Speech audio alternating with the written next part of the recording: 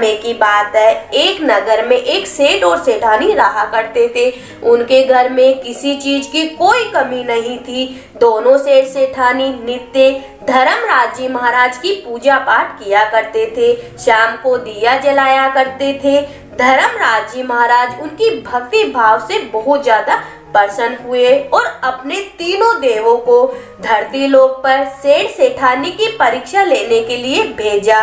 तीनों देवों ने साधु का भेष बनाया। तीनों जने उन सेठ सेठानी के घर के बाहर खड़े हो जाते हैं। जैसे ही सेठानी दरवाजा खोलती है तो वह आश्चर्यचकित रह जाती है। तीन साधु महाराज उसके दरवाजे पर खड़े हैं। तीनों की लंबी लंबी सफेद दाढ़ी है। वह उन तीनों से पूछती है, साधु महाराज, आप तीनों को मैं नहीं जानती, बताइए क्या काम है। तब तीनों साधु महाराज बोलते हैं, पुत्री, हम साधु संत हैं, बहुत दूर से आए हैं, हमें जोरों की भूख लगी है, कृपया आप हमें भोजन पानी करवा दीजिए। तब सेठानी बोलती है, हाँ हाँ महाराज, क्यों नहीं, आप कृपा करके घर के अंदर पधारिए, मैं आपको भोजन कराऊंगी। तब उनमें से एक साधु बोला, पुत्री, क्या तुम्हारा पति घर में है। तब सेठानी बोली, नहीं महाराज, वे कुछ देर के लिए बाहर गए हैं, अभी थोड़ी देर में आ जाएंगे, तब हम अंदर नहीं आएंगे। तीनों साधु महाराज एक साथ बोलते हैं। कुछ देर बाद सेठानी का पति घर आ गया। पत्नी ने पति को सारी बात बताई तो उसने तुरंत अपनी पत्नी से उन्हें आमंत्रित करने के लिए कहा। सेठानी ने ऐसा ही किया। वह साधुओं के पास गई और बोली, महाराज, अब मेरे पति वापस आ गए हैं, कृपया आप लोग अब मेरे घर में प्रवेश करिए। तब साधु महाराज बोलते हैं कि हम एक साथ किसी के घर में प्रवेश नहीं करते हैं। साधुओं ने सेठानी को बताया। तब सेठानी से आश्चर्य से पूछा, महाराज, ऐसा क्यों।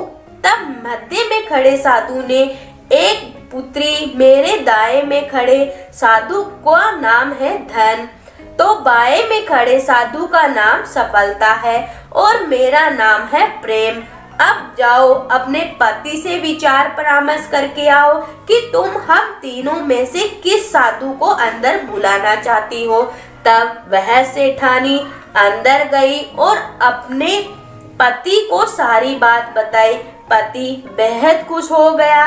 वाह आनंद आ गया, चलो जल्दी से धन को बुला लाते हैं, उसके आने से हमारे घर में धन दौलत हो जाएगी, सारा घर धन दौलत से भर जाएगा और फिर कभी पैसों की कमी नहीं होगी।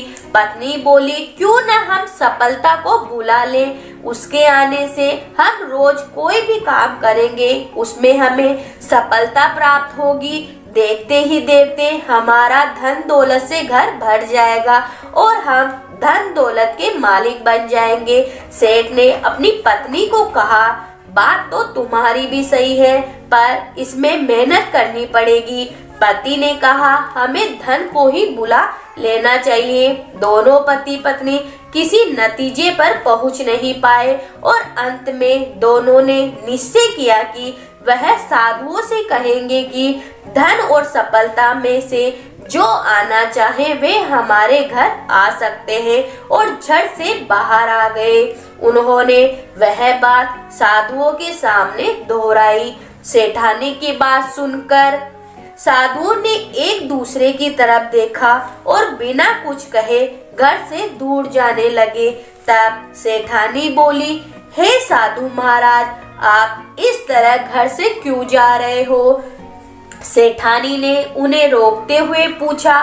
साधुओं ने कहे, पुत्री, दरअसल हम तीनों साधु इसी तरह द्वार द्वार जाते हैं। हम घर में प्रवेश करने का प्रयास करते हैं। जो व्यक्ति लालच में आकर धन या सफलता को बुलाता है, हम वहां से लौट जाते हैं, और जो अपने घर में प्रेम का आवास चाहता है, उसके यहाँ बारी बारी से हम दोनों प्रवेश करते हैं। इसलिए हमें याद रखना चाहिए कि जहाँ प्रेम होता है वहाँ धन और सफलता की कोई कमी नहीं होती है।